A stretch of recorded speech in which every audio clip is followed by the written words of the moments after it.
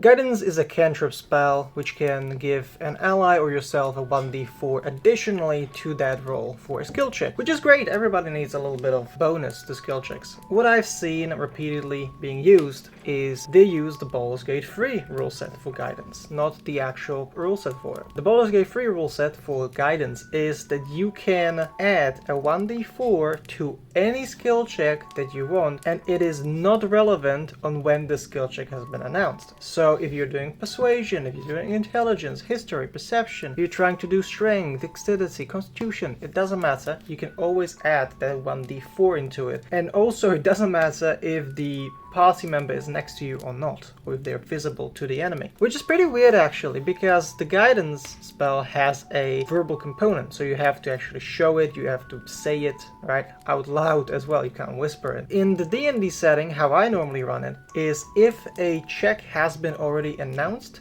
that was the window. You can no longer use guidance for this specific role. As if talking to a merchant, trying to persuade him to give you a lower price, the moment I say roll me for persuasion, that was your window. You can't roll for guidance because you just wasted your time talking to him. Maybe it helped you, maybe it didn't, maybe you made him angry, but the guidance can no longer be cast. As well as if he sees you casting the spell, he's going to obviously think, oh, you're casting a spell on him, is it to make me friendlier towards him? Like, I'm not going to deal with you then. And a lot of players get surprised by this rule, like, oh, but I can actually roll guidance for you. No, you could have rolled it, because guidance is a 1-minute spell, so that means you need to prepare it for him to use it. If you literally tell me in the middle of dialogue, guidance, that's the only word I need, I already know what you're doing. But if you tell it to me the moment it's rolled or after it has been announced that there has to be a roll, then you're not allowed to roll guidance anymore. And that is normally how it's supposed to be done. A lot of more professional or experienced players and DMs are going to tell you the same thing, but if you're less experienced, it is better to actually use the Baldur's Gate 3 rule, as it makes it easier and a bit more fun for everybody. But yeah, how do you guys use the guidance rule?